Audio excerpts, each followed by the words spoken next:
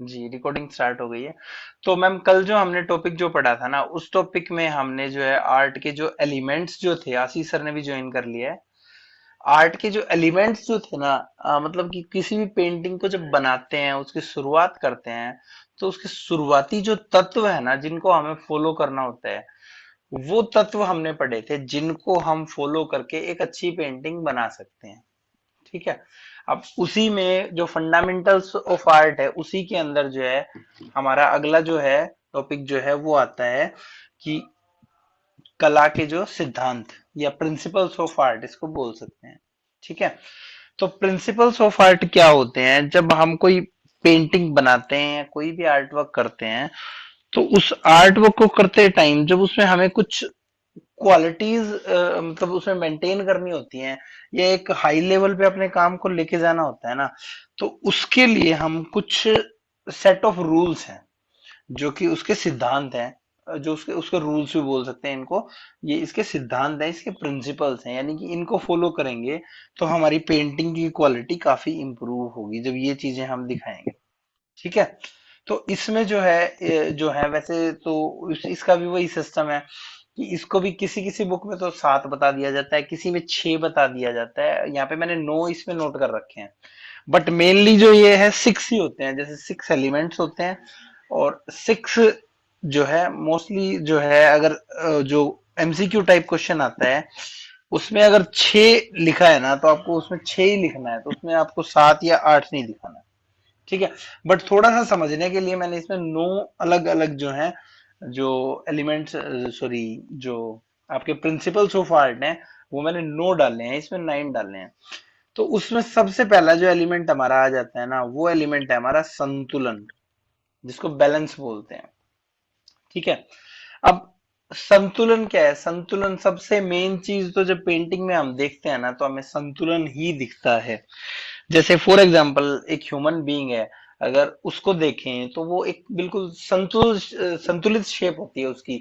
यानी कि ऊपर फेस होता है, फिर फेस के बाद उसके कंधे होते हैं, बिल्कुल दोनों तरफ से बैलेंस होता है, वो मिरर इमेज की तरह। ठीक है।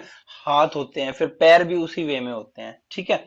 तो उसी तरीके से जो है एक आर्ट वर्क में भी एक जो है संतुलन का होना बहुत जरूरी है। ठीक है।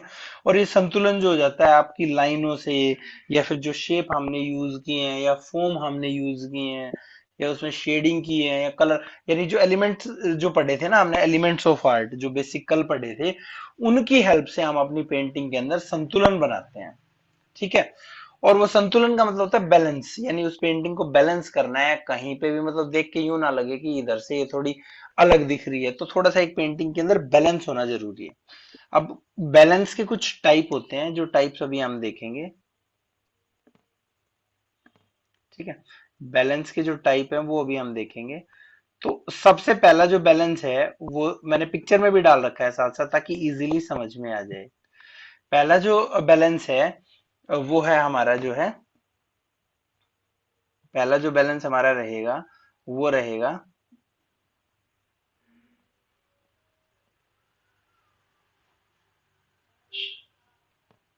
हाँ जी, हमारा जो पहला बैलेंस रहेगा वो रहेगा सिमेट्रिकल या फॉर्मल बैलेंस।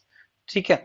सिमेट्रिकल या फॉर्मल, इसको हिंदी में बोलते हैं सममित या औपचारिक संतुलन। औपचारिक फॉर्मल, यानी जैसे स्कूल के लिए हमारी ड्रेस कोड होती है, तो वो एक मतलब सिंपल सा कोड होता है, ड्रेस कोड होता है। उसी तरीके से जो बैलेंस है, उस बैलेंस का भी फॉर्मल बैलेंस ऐसा बैलेंस होता है जो दोनों साइड से इक्वली हमें दिखता है। जैसे कि देखो इस पिक्चर में अगर हम देखें, तो इस वाली पिक्चर में अभी मैं जो है, इस पिक्चर में ये देखो, अगर यहाँ पे बीच में मैं एक लाइन लगाऊं, तो इस लाइन से इधर भी वैसा ही ड्रॉ है, और इस लाइन से इधर भी ऐसा ही है। यानी दोनों तरफ ये वाला पोर्शन है और ये वाला पोर्शन है, दोनों पोर्शन बिल्कुल बैलेंस कर रहे हैं। जैसे ये वाली लीफ अगर ऐसे बनी हुई है ना, तो इधर ये भी ऐसे ही बनी हुई है, ऊपर नीचे नहीं गई हुई, बिल्कुल बैलेंस कर रहे हैं। जैसे बॉडी का स्ट्रक्चर मैंने बताया, या फिर जो है फॉर्मल, जैसे ड्रेस मैंने बताया फॉर्मल सिंपल होती है, तो उसी टाइप से इसमें सिंपलिसिटी होती है। अगर कोई चीज इधर है तो वो इधर भी है, कुछ इधर है तो इधर भी है, यहाँ पे ये ऐसे है तो ये वाला भी ऐसे ही जाएगा। ठीक है। सेम यही चीज आपको इस डिजाइन में देखने को मिलती है। इसमें देखो ये वाली शेप ऐसे गई तो इधर भी ये ऐसे गई, इधर ये ऐसे तो इधर भी ऐसे। कहने का मतलब है बिल्कुल दोनों जगह पे बिल्कुल फाइन एक जैसा जो है, दोनों साइड में वो पेंटिंग इक्वली बढ़ेगी, डिजाइन हो या पेंटिंग हो, उसके अंदर वो चीज जो है वो बैलेंस करेगी, दोनों साइड में बराबर जो है वो डिवाइड रहेगी, बराबर विभाजित रहेगी। अब इसमें लिखा है वो हम एक बार पढ़ लेते हैं। सम्मिलित संतुलन डिजाइन या रचना में आकारों या घटकों को बराबर विभाजित करके बनाया जाता है।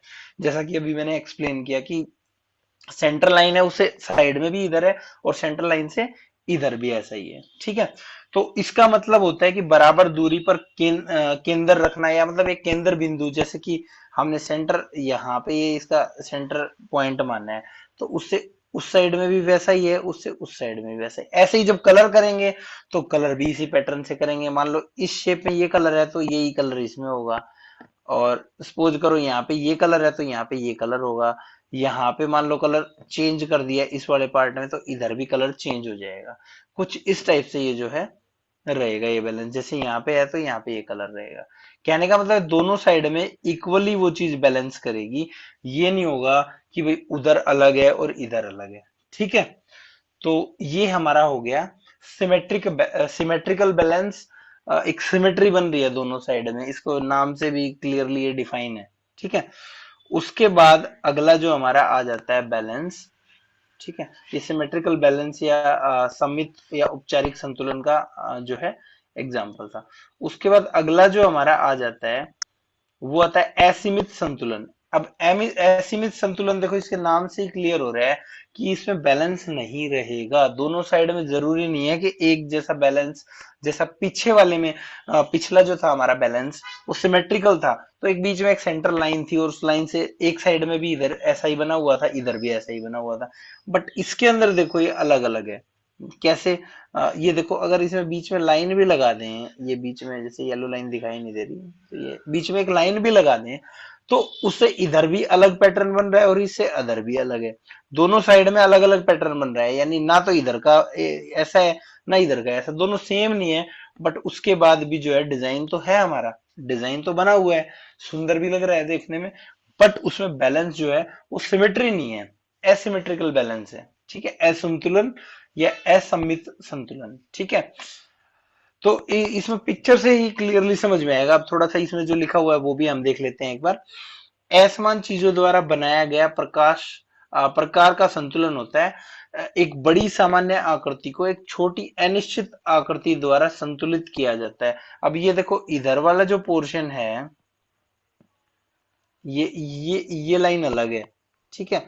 उसका उसको संतुलन करने के लिए ये यहाँ पे बना दी, ये यहाँ पे, फिर यहाँ पे ये, मतलब बैलेंस तो है, दोनों चीजें बैलेंस है इक्वली, बट वो सिमेट्री में बैलेंस नहीं है, वो एसिमेट्रिकल बैलेंस है। वही चीज इसमें है, देखो वही सर्कल यूज कर रखे हैं, सर्कल की शेप्स यूज कर रखी हैं, ये जो अलग अलग शेप्स हैं वो यूज कर रखी हैं, बट उनमें इक्वल बैलेंस नहीं है। कहीं पे कोई कहीं पे जा रही है, कोई चीज कहीं पे जा रही है, अलग अलग पोर्शन में जा रही है वो चीज, वो कहीं पे भी सेम उसमें नहीं जा रही। तो इसलिए ये दोनों पिक्चर जो अभी आप देख रहे हो स्क्रीन पे, ये आपकी जो है एसिमेट्रिक बैलेंस या सम्मिलित, या फिर मतलब जो है इसमें सिमेट्री नहीं बन रही, सीधा सीधा कहने का मतलब ये है। तो इसलिए एसिमेट्रिकल बैलेंस हो जाएगा आपका, ठीक है। क्लियर? आई थिंक इसमें डाउट नहीं होगा दोनों में कोई भी बैलेंस के अंदर।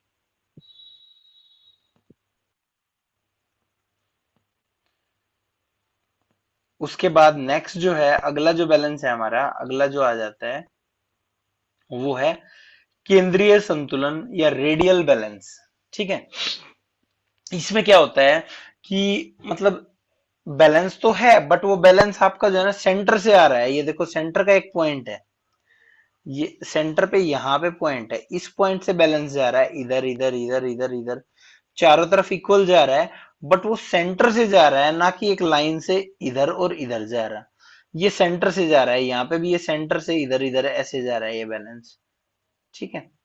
अगर हम इसका एग्जाम्पल देखें आज के दिन, तो बच्चे आजकल स्कूल में बहुत ज्यादा करते हैं, मंडाला पेंटिंग करते हैं, डोट मंडाला या मंडाला पेंटिंग। तो वो जो मंडाला पेंटिंग हमारी होती है वो रेडियल बैलेंस या फिर जो है कक्षीय संतुलन, यानी कि एक सेंटर से जो बैलेंस जो काम करता है उस बैलेंस को जो है वो दिखाया जाता है उसके अंदर, जो आपकी मंडाला पेंटिंग है। मंडाला पेंटिंग या फिर सर्कल, सर्कल में हम फूलों से कोई रंगोली बनाते हैं, तो उसको भी कुछ इसी टाइप से, इसी बैलेंस के साथ दिखाया जाता है। या डोट मंडाला या कोई भी मंडाला जो हम कैनवस पे बनाते हैं या पेपर पे बनाते हैं, वो इसी बैलेंस के अकॉर्डिंग आती है पेंटिंग में। क्लियर?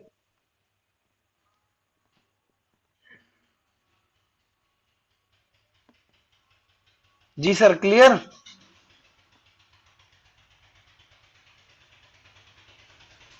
हाँ जी आशीष जी, सर। क्लियर है? जी क्लियर जी है जी। दोनों? हाँ जी हाँ बैलेंस। जी। हाँ जी, बैलेंस में कोई हाँ जी डाउट नहीं है ठीक है ना? सर। जी। अब उसके बाद देखो, ये पहला था नहीं तो सर नहीं। रटने की कोई, इनको रटने की कोई जरूरत नहीं है। सीधा सीधा समझने का है। बैलेंस का मतलब पेंटिंग में या कोई भी किसी भी टाइप का काम कर रहे हैं, उसमें एक संतुलन सा बना रहना, वो बैलेंस हो गया, और कुछ नहीं है। और वो संतुलन तीन टाइप का बताया मैंने। पहला जो है सिमेट्रिक। सिमेट्रिक यानी कि दोनों साइड में बराबर जैसे है, इधर भी मतलब एक साइड में भी वैसा ही जाएगा, दूसरी साइड में भी वैसा ही जाएगा। दूसरा एसिमेट्रिक। एसिमेट्रिक डिजाइन तो है, बैलेंस भी कर रहा है, बट वो सेम नहीं है, दोनों साइड में थोड़ा थोड़ा अलग है। जैसे अगर आपने इसका एग्जांपल अगर देखा हो ना, तो पेड़ के जो पत्ते होते हैं ना, पेड़ के जो पत्ते होते हैं, वो एसिमेट्रिक बैलेंस का जो है वो एग्जांपल है। एक कोई भी पेड़ है, उसमें देखो पत्ते जो लगते हैं ना, तो मान लो ये बीच में है, तो एक इधर आ गया तो दूसरा इधर आएगा, फिर इधर, फिर इधर। ये ऐसे ऐसे नहीं आते पत्ते कभी भी। पत्ते जो आएंगे पेड़ पे, वो इधर आ गया, ये इधर, फिर ये इधर, फिर ये इधर, ऊपर नीचे आएंगे। तो सिमेट्री तो उसमें है कि एक सिमेट्री में पेड़ ऊपर बढ़ रहा है, बट वो जो सिमेट्री है, वो जब जो है, जो कौन सी है, वो एसिमेट्रिक बैलेंस का एग्जांपल है। ठीक है। उसके बाद अगला जो हमारा आ जाता है, अगला जो हमारा आ जाता है, अगला जो हमारा इसमें है, वो है आपका विरोध या कंट्रास्ट। कंट्रास्ट हम बोलते हैं। ठीक है, दोनों चीजें सेम है, विरोध, विरोध या कंट्रास्ट। अब इसमें क्या होता है, कंट्रास्ट से आप लोगों ने टीवी पे भी देखा होगा। टीवी पे भी अब जब हम टीवी के कलर वगैरह सेट करते हैं, तो वहां पे भी कंट्रास्ट का ऑप्शन आता है।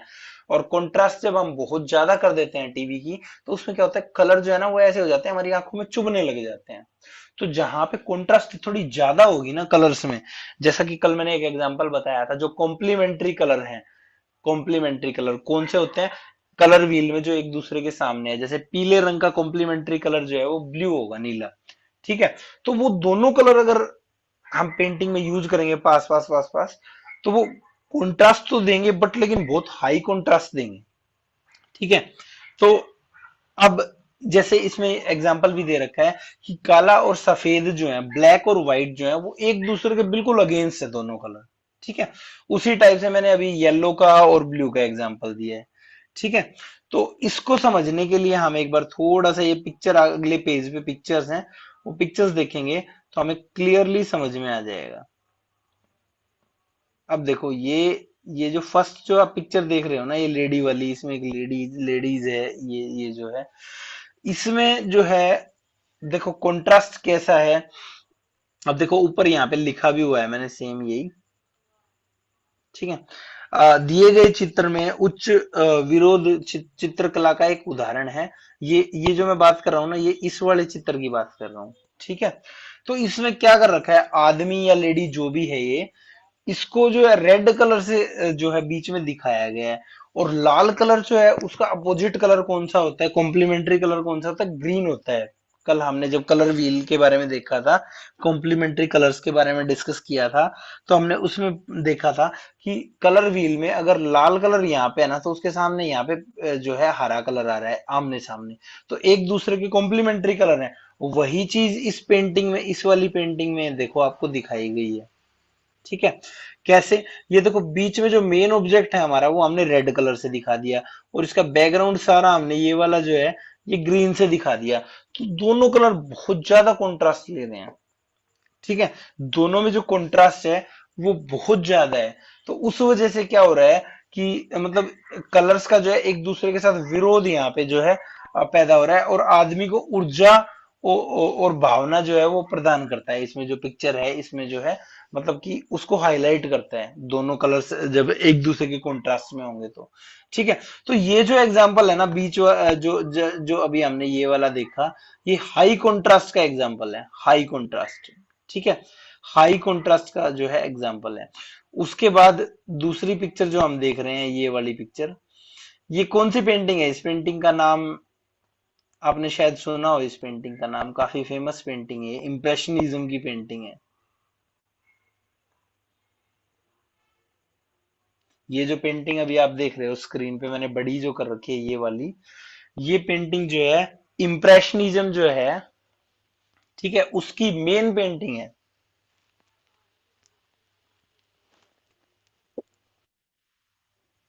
इस पेंटिंग का नाम अगर आपको याद हो तो, ये पेंटिंग है water lilies. Water lilies, water lilies painting है ये हमारी, ठीक है। तो वाटर लिली पेंटिंग जो है वो आपको पता ही है कि इम्प्रेशनिज्म जो था ना हमारा, इम्प्रेशनिज्म जो था, जो वाद आते हैं वेस्टर्न आर्ट में, उसकी एक फेमस पेंटिंग है। अब इसमें देखो, इसमें कंट्रास्ट तो इसमें भी है, ये कलर्स में जो है कंट्रास्ट है इसमें भी, बट अब कंट्रास्ट इसमें देखो, ये येलो कलर के फ्लावर इसमें आपको छोटे छोटे दिख रहे हैं, और बैकग्राउंड कैसा है इसका, ये वाला, ये ब्लू है, नीला है। और नीला और पीला, जैसा कि हम डिस्कस कर रहे थे अभी थोड़ी देर पहले, एक दूसरे के जो है कॉम्प्लीमेंट्री कलर हैं, एक दूसरे के विरोधी कलर हैं, ठीक है, कॉन्ट्रास्ट के कलर हैं। तो इसलिए यहां पे भी वो जो है, जो कॉन्ट्रास्ट है या विरोधाभास है वो हो रहा है। बट इसमें जो आर्टिस्ट है, उस आर्टिस्ट ने अपने कलर्स के अंदर व्हाइट कलर को मिक्स कर दिया है। देखो दोनों कलर्स के अंदर व्हाइट मिक्स है, उसकी वजह से ये कॉन्ट्रास्ट जो है लो कॉन्ट्रास्ट है। दूसरी पिक्चर जो थी इसके कंपेयर में, ये ऊपर वाली, ये जो पिक्चर आप देख रहे थे, इस पिक्चर में जो था वो हाई कंट्रास्ट था, और इस वाली पिक्चर में जो आप देख रहे हो वो लो कंट्रास्ट है। क्लियर हो गया होगा आई थिंक कंट्रास्ट भी।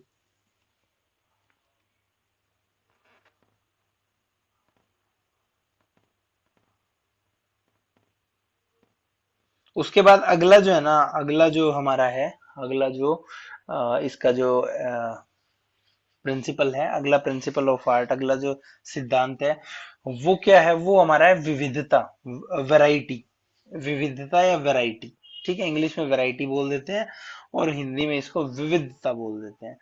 अब इसमें क्या होता है, वैरायटी के अंदर जो होता है ना, कि कला के जो तत्व तत्व जो हमने कल डिस्कस किए थे, लाइन, शेप, या कलर, या फिर कोई आकृति, या कोई भी जो है, उसको जो है ना विविधता में दिखाना, मतलब उसके अंदर वैरायटी लेके आना।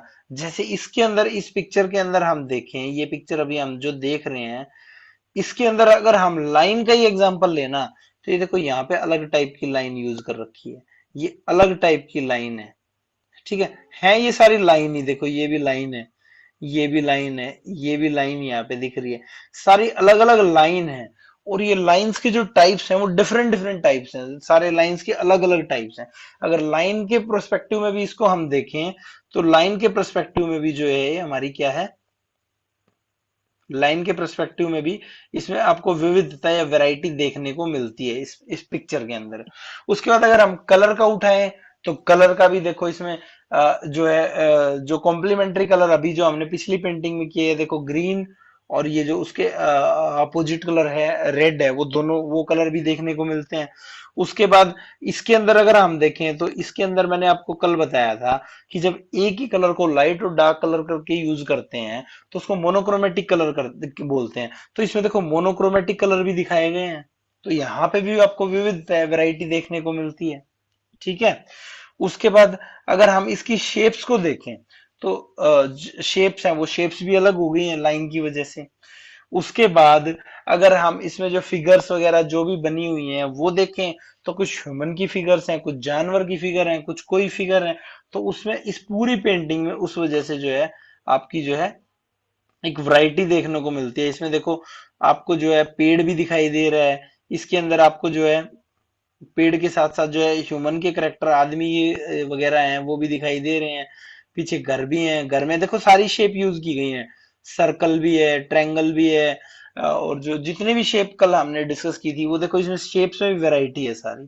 तो इस टाइप से जब पेंटिंग के अंदर इस टाइप की चीजें जब हम ऐड करते हैं, तो उससे पेंटिंग में वैरायटी आती है, और वो वैरायटी जो है वो भी एक एग्जांपल है हमारा प्रिंसिपल्स ऑफ आर्ट का। ठीक है। अब इसमें अगर हम देखें तो इसमें भी यही बता रखा है, जैसे इसमें जो है पेड़ के बारे में है, पेड़ की वृद्धि दिखा रखी है नीचे इसमें, पेड़ जो है बढ़ते हुए दिखा रखा है। ठीक है। उसके बाद जो है उसके तना दिखा रखा है, पेड़ का शाखाएं दिखा रखी हैं, पत्तियां दिखा रखी हैं। ठीक है। फिर उसके बाद नारियल जो है, आम और बरगद के पेड़, ठीक है, तरीके से मतलब अलग अलग टाइप के पेड़ होते हैं, वो पेड़ हैं उनको भी अलग अलग तरीके से दिखाया जाता है। ठीक है। फिर उसी तरह से जो है जो सारे पेड़ हैं वो एक जैसे नहीं होते, पेड़ भी अलग अलग होते हैं सबकी, जो वृद्धि होती है, ग्रोथ होती है, वो भी सबकी अलग अलग होती है। ठीक है। तो वो सारी विविधता, जैसे हम एक पेंटिंग बना रहे हैं उसमें मान लो 4 तरह के पेड़ ही हमने दिखा दिए, तो पेड़ की भी हमने वैरायटी दिखा दी ना, तो वो इसकी एक विविधता हो गई है। ठीक है। तो इस टाइप से ये जो आपका रहेगा वैरायटी। ठीक है। अब वैरायटी से नेक्स्ट जो हमारा आ जाता है, वो आपका आ जाता है पुनरावर्ती ताल या पैटर्न। ये जो है पुनरावर्ती ताल या पैटर्न जो है, ये अभी इस पे एक इशू बना हुआ है कि मतलब एचपीएससी में है ना, इसका जो था वो मतलब इंग्लिश वर्जन नहीं करके दिया था इस क्वेश्चन में, जैसे रिदम का था उसी टाइप से इसका था, पैटर्न का जो था पैटर्न वर्ड दे दिया उसमें, ताल नहीं दिया उसमें वर्ड। ठीक है। तो इसलिए मैंने दोनों चीजों में लिख रखा है। अब रिपीटेशन क्या है? रिपीटेशन कोई भी पेंटिंग या कोई भी आर्ट वर्क जब हम करते हैं तो उसके अंदर हमें ना कुछ शेप्स हैं या कुछ चीजें हैं जिनका बार बार बार बार उनको रिपीट करते हैं। चाहे कलर को ही रिपीट कर दें, वो भी एक रिपीटेशन या पुनरावृत्ति है, बार बार बार बार वो चीज आना, बार बार उसको हम दोहरा रहे हैं। ठीक है। तो जैसे एक डिजाइन है, ये इस डिजाइन में देखो आपको शेप्स मिलेंगी, तो इसमें ये देखो यहाँ पे ये सर्कल की शेप है, ये सर्कल की शेप है, ये सर्कल की शेप है, ये भी सर्कल है, इस टाइप से ये सारे सर्कल हैं, बार बार रिपीट हो रहे हैं। ठीक है। उसके बाद ये हार्ट की शेप यहाँ पे है, ये हर जगह रिपीट हो रही है, बार बार बार बार हार्ट की शेप यहाँ पे रिपीट हो रही है। ठीक है। तो ये सारी बार बार बार बार उसी पैटर्न से, एक फिक्स पैटर्न से जो है बार बार बार बार रिपीट हो रही है, यानी अभी कहीं पे भी इसको जो है डाल दिया, एक फिक्स पैटर्न होगा, जैसे ये हो गया यहाँ पे, फिर उसके बाद यहाँ पे, फिर यहाँ पे, फिर यहाँ पे, ऐसे ही मतलब यहाँ पे फिक्स है पैटर्न इसका। अब यहाँ पे मान लो बीच में सर्कल है सब में, तो बीच में सर्कल ही है सब में, वो एक फिक्स कर दिया हमने कि इस जगह पे यही शेप या ये चीज हम यूज करेंगे। ये कलर में देखें, ये तो सारा लाइंस के ऊपर है, ये जो अभी आप देख रहे हो स्क्रीन पे, बट इसी चीज को अगर हम कलर में देखें तो हर्ट हर्ट एक कलर के कर देंगे हम। ठीक है। सर्कल सर्कल है वो एक कलर के कर देंगे, वो भी आपका जो है क्या हो जाएगा, एक पैटर्न हो जाएगा। ठीक है। तो इसको पैटर्न बोलते हैं, ये आपका पैटर्न रहेगा। अब पैटर्न जो है उसके अंदर 3 चीजें हैं, इसके अंदर जो मैंने अभी बताई आपको, पुनरावृत्ति, इसमें अभी जो हमने पहली जो देखी है ना, इसमें इसमें रिपीटेशन हमने देखा है, पुनरावृत्ति हमने देखी है। इसके अंदर जो देखी है हमने, ये जो पुनरावृत्ति देखी है इसके अंदर, अभी हमने बार बार रिपीट हो रही है कोई चीज, वो देखी है। उसके बाद आपका ताल आ जाता है। अब ताल में क्या होगा, ताल में थोड़ा सा चेंज है इससे। ठीक है। अब ताल में क्या है, देखो क्या चेंज है इसमें, ताल जो है ना वो एक गति को या एक मोमेंट को रिप्रेजेंट करती है, एक गति कहीं पे है, या कोई भी इसमें दृश्य कला का जो तत्व है, लाइन है, जो सारे जितने भी एलिमेंट कल हमने पढ़े हैं, वही एलिमेंट जो है ऊपर से लेके नीचे तक सारे क्रमानुसार दिए गए हैं। ठीक है। बट ये देखो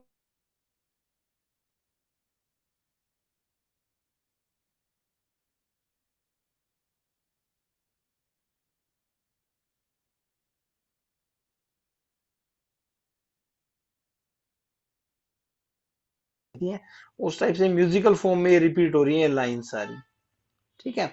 कलर भी वैसे ही, यहाँ पे ये कलर हो गया, यहाँ पे ये अलग कलर हो गया, ये लाइंस हैं ये अलग हो गई, तो इस टाइप से ये जो है एक रिपीटेशन दिखा रहा है, रिदम दिखा रहा है। रिदम जैसे म्यूजिक में रिदम होता है, कभी कोई चीज ऊपर जाती है म्यूजिक में, कभी कोई चीज नीचे आती है। जैसे बीट जो होती है वो कभी बीट ऊपर जाती है, हाई उस पे जाती है म्यूजिक में, कभी नीचे आती है। तो यहाँ पे भी देखो ये लाइन कभी ऐसे जा रही है, कभी नीचे हो गई, कभी ये और नीचे हो गई, तो ये आपका हो जाएगा रिदम। ठीक है। रिदम जैसे म्यूजिक में होता है उस टाइप से। ठीक है। उसके बाद अगला इसमें आपका आ जाता है, मैंने बताया था 3 इसमें, तीसरा पैटर्न है। अब पैटर्न में क्या है, देखो उसमें तो क्या था, जो पहले वाला जो हमने देखा था ना, इसमें थोड़ा सा अंतर है, देखो ज्यादा अंतर नहीं है। ये जो फर्स्ट वाला हमने देखा है पुनरावृत्ति, रिपीटेशन, इसमें रिपीटेशंस है, उन्हीं चीजों को बार बार बार बार रिपीट किया गया है, ठीक है। लेकिन इसमें क्या होता है, ये जो आपका पैटर्न है, पैटर्न में क्या होता है कि एक कोई भी चीज हमने फिक्स कर दी, उसमें तो अलग अलग चीजों को रिपीट कर रहे हैं। लेकिन इसके अंदर देखो, हमने दो चीजें फिक्स कर दी पूरी पिक्चर के अंदर। एक तो बर्ड है बीच में, और दूसरा एक मछली है। दो ही चीजें हैं और दो ही चीजें बार बार रिपीट हो रही हैं, ठीक है। तो दो चीजें बार बार रिपीट हो रही हैं और ये मिलके एक पैटर्न बना रहे हैं, ठीक है। एक चीज को रिपीट कर रहे हैं, जैसे देखो ये जो है यहाँ पे जो है, इस पार्ट में यहाँ पे मछली है, तो यहाँ पे ये आ गया। तो वो चीज ऐसे ही बढ़ रही है आगे, ठीक है। दो शेप्स फिक्स कर दी, वही दो चीजें बार बार बार बार जो है इसमें जो है रिपीट हो रही हैं, ठीक है। उसके बाद अगला जो है हमारा आ जाता है इसमें, अगला आ जाता है कि हम पेंटिंग में किस स्पेशल जो चीज है, कौन सी स्पेशल चीज है, कौन सा स्पेशल पार्ट है जिसको हम मेन जो है महत्व देते हैं, प्रमुखता से दिखाते हैं, मुख्य बिंदु पे रखते हैं, ठीक है। किसको एम्फेसाइज, एम्फेसाइज हो जाता है महत्व देना किसी चीज को, डोमिनेंस किसी चीज की, प्रमुखता, और फोकल पॉइंट होता है मुख्य बिंदु। तो वही चीज इसके अंदर देखो बताई गई है, ये जो एलिमेंट है इसके अंदर बताई गई है। इस पिक्चर को अब आप देख पा रहे हो, तो इस पिक्चर के अंदर देखो क्लियर एक चीज है कि इसमें बहुत सारे एप्पल हैं। इस पिक्चर में फोटोग्राफी है ये, बहुत सारे एप्पल हैं, बट उसमें एक एप्पल ये बीच में ये जो हो गया ना, ये एक जो रेड वाला एप्पल है, ये बाकी के जितने भी सेब है, बाकी के जितने भी एप्पल है ना, उनकी वैल्यू खत्म कर रहा है ये। जैसे आपने अगर गेम में देखा हो, तो हम जैसे वो खेलते हैं, कैरम खेलते हैं, तो कैरम में जैसे इंपॉर्टेंस किसकी होती है, वो रानी होती है पिंक कलर की, उसकी इंपॉर्टेंस होती है। सब उसी को टारगेट करते हैं कि मैं 50 पॉइंट इसके लूं, ठीक है। कुछ उसी टाइप से हमारी पेंटिंग के अंदर जब एक चीज को हम इस टाइप से अलग से हाईलाइट कर देते हैं, वो आपका हो जाएगा मुख्य बिंदु, या जो है फोकल पॉइंट, या फिर उसको डोमिनेंस देना, ठीक है। उसको महत्व देना, इंपॉर्टेंस देना। यानी कि इसके अंदर ये जो बीच वाला सेब जो आप देख रहे हो, इसको ज्यादा इंपॉर्टेंस मिली हुई है, ये ज्यादा इंपॉर्टेंट दिख रहा है बाकी एप्पल के बजाय। क्योंकि सीधी सी बात है, जब हमारे पास बहुत सारी चीजें एक जैसी हैं और उसमें एक चीज ऐसी है कि जो स्पेशल है या एक ही है, तो उसकी वैल्यू तो ज्यादा होगी। तो कुछ ऐसा ही हमारी पेंटिंग में होता है कि अगर हम मान लो पांच फिगर बना रहे हैं, ह्यूमन फिगर बना रहे हैं, तो एक फिगर को हमने थोड़ा सा और उसे बड़ा बना दिया, तो वो उसका मुख्य अट्रैक्शन हो गया, मेन अट्रैक्शन पॉइंट हो गया। या बाकियों की ड्रेस हम एक जैसी बना रहे हैं, उसकी ड्रेस थोड़ी अलग बना दी, तो वो हमारा क्या हो गया, मेन जो है फोकल पॉइंट हो गया, या डोमिनेंस उसको दे दिया हमने, इंपॉर्टेंस उसको दे दी, ठीक है। उसके बाद ये इस पिक्चर में भी यही चीज आपको दिखाई दे रही है। देखो जैसे कि इसमें लिखा भी है मैंने नीचे, ऊपर की चित्र में गिरी हुई नाशपाती लाल सेबों और सफेद कटोरी के खिलाफ मुख्य रुचि केंद्र है। यानी कि ये देखो सारे ऊपर भी सारे एक जैसे हैं, ये भी एक जैसे हैं, ठीक है। लेकिन ये जो एक साइड में अलग रखा हुआ है ना, ये एक फ्रूट जो है, वो इन सारों की, इसकी और इसकी और इनकी, इसकी वैल्यू कम कर रहा है, क्योंकि ये अलग हो गया है औरों से। मतलब फ्रूट तो बहुत सारे रखे हैं, बट उनमें एक फ्रूट स्पेशल हो गया, इसलिए वो जो है अपनी इंपॉर्टेंस यहाँ पे दिखा रहा है। तो वही चीज हमें पेंटिंग में भी दिखानी होती है, अगर किसी चीज को हमें हाईलाइट करना है तो, ठीक है। उसके बाद अगला जो है वो आ जाता है हारमनी। हारमनी हमने कल उसमें भी पढ़ा था थोड़ा सा। हारमनी का एक छोटा सा वो आया था कि हारमनी जब हम दो कलर्स को जो है मिक्स करते हैं, तो उनके बीच की जो शेड बनती है उनको भी हारमनी बोलते हैं, ठीक है। अब वही चीज इसके अंदर है, देखो इसके अंदर जैसे ये पेड़ वाला जो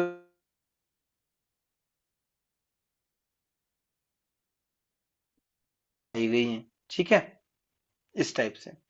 उसके बाद ये जो ऊपर स्काई का आप पार्ट देख रहे हो, इसमें देखो उसी की अलग अलग अलग अलग जो है टिंट या शेड दिखाई गई हैं।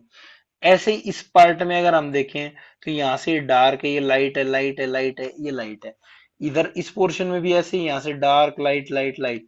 और ऐसे ही वोटर वाले पार्ट में, यानी कि उसकी कलर की हार्मनी दिखाई है उन दो कलर्स को मिक्स करके, उसमें जो वेरिएशन आता है उसी की हेल्प से जो ये पेंटिंग है वो बनाई गई है। और उस वेरिएशन की वजह से, वो एक अलग अलग जो कलर्स यूज होते हैं उसकी वजह से इस पेंटिंग में 3D इफेक्ट दिखाई दे रहा है हमें। ठीक है, पेपर तो हमारा 2D है, बट हमने उसमें लाइट और डार्क का कॉन्सेप्ट डाल दिया, उन कलर्स को लाइट और डार्क करके, तो इसलिए ये जो है यहाँ पे अपनी इंपॉर्टेंस जो है वो शो कर रही है। इसको बोलते हैं हार्मनी। ठीक है, उसके बाद हार्मनी के बाद अगर हम आगे देखें तो अगला हमारा आ जाता है, अगला जो हमारा एलिमेंट है वो आता है, सॉरी, अगला जो हमारा प्रिंसिपल है वो है हमारा यूनिटी या एकता। एकता का क्या सर इसमें मीनिंग है? हाँ जी। सर, जो ये पेंटिंग होती है हमारी, ये 2D में आती है या 3D में आती है? सर पेंटिंग 2D में होती है, कोई भी पेंटिंग जब तक वो उभरी हुई ना हो बाहर की तरफ। वो जो स्कल्पचर हो गया जैसे, वो तो 3D हो गया। देखो देखो, मैं बताता हूँ एक बार इसमें। देखो क्या होता है, जो चीज एक फ्लैट सरफेस के ऊपर जो बनी हुई है ना, जिसमें दो हाँ जी, हाँ जी। डायमेंशन है, लंबाई है और चौड़ाई है, वो हमारी होगी 2 डायमेंशनल। ठीक है जी। ठीक है, उसके बाद 3 डायमेंशनल में हमारे पास दो चीजें होती हैं। पहली तो हो गई रिलीफ पेंटिंग। रिलीफ पेंटिंग क्या होती है, सॉरी, रिलीफ का कोई स्ट्रक्चर है वो। रिलीफ स्ट्रक्चर क्या होता है, जैसे कोई दीवार है और उस दीवार पे कोई मूर्ति है, लेकिन वो उस दीवार से चिपकी हुई है एक साइड से, ठीक। उससे उभरी हुई तो है, बट हाँ पीछे की हाँ। साइड से उससे चिपकी हुई है। वो 3D तो है, बट 3D में वो रिलीफ है, रिलीफ उसको है। रिलीफ बोलेंगे। ठीक है, और कोई मूर्ति बिल्कुल 3D है, चारों तरफ से गोल है, बिल्कुल मतलब बढ़िया। मूर्ति है, मतलब ह्यूमन करेक्टर की तरह, कोई बिल्कुल 3D में है, बिल्कुल वैसे ही, तो वो आपकी 3D हो जाएगी, वो राउंड होगी, उसको राउंड बोलेंगे। और जो दीवार से चिपकी हुई है उसको रिलीफ बोलेंगे। ठीक है, ठीक है, ठीक है। और इसमें एक आगे जब हम इसमें पढ़ेंगे ना, आगे अजंता में और कई जगह पे पढ़ेंगे आगे, टेम्पल्स वगैरह में, तो उसमें एक आता है हाई रिलीफ और लो रिलीफ। लो रिलीफ तो ये होता है, जैसे हमारा जो 5 रुपए का सिक्का आपने देखा होगा, उस सिक्के के ऊपर है ना उभरा हुआ होता है वो, हाँ जी, हाँ जी, हाँ जी। है ना, बट वो लो है, बहुत ज्यादा उभरा हुआ नहीं है, 3D में उभरा नहीं है, उभरा तो है बट थोड़ा अमाउंट में है वो हमारा हो गया लो रिलीफ। और अगर वही चीज बिल्कुल राउंड की शेप में और 3D के जैसी हमें दिखाई दे ऊपर से बिल्कुल गोलाई में, तो वो आपका हो जाएगा हाई रिलीफ। ये आगे जब हम स्कल्पचर का करेंगे ना, उस टाइम पे ये कॉन्सेप्ट पूरा ये तो आएगा। स्कल्पचर में आ गया ना सर। जो पेंटिंग हाँ होती जी, है ना, जैसे पेंटिंग थ्रू 2D होती है हमारी, टू हाँ जी, डिमेंशनल होती है। पेंटिंग पेंटिंग 2 डायमेंशनल होती है। हाँ जी, हाँ जी। जैसे अभी आपने बताया कि इसमें 3D इफेक्ट दिख रहे हैं, तो वो 3D पेंटिंग भी होती है? नहीं नहीं नहीं नहीं नहीं, 3D पेंटिंग नहीं है सर ये। 3D एक्चुअली इफेक्ट है क्या वो। है, इफेक्ट 3D है वो। देखो पेपर की अगर हमारी डायमेंशन हम देखें तो दो ही तो डायमेंशन है हमें। हाँ जी, हाँ जी, हाँ जी। इन 2 डायमेंशंस में हम लाइट और डार्क करके, और वो तीसरी डायमेंशन तो हमारी आंखों का भरम होती है, उसको हम पैदा करते हैं इसके अंदर। ठीक है जी। ठीक है, अब हम जैसे नॉर्मल कोई चीज देखते हैं तो भी हमें वो पिक्चर में ही तो दिखाई देती है। ठीक है, तो वो हमारी आंखों से 3D इसलिए दिखती है क्योंकि उसमें लाइट और डार्क का इफेक्ट हमें दिखाई देता है। ठीक है, तो ये कॉन्सेप्ट है। हाँ जी, पेंटिंग हमेशा आपकी 2D होगी, 3D नहीं होगी। उसमें ठीक है। इफेक्ट 3D होता है बट 3D नहीं होगी।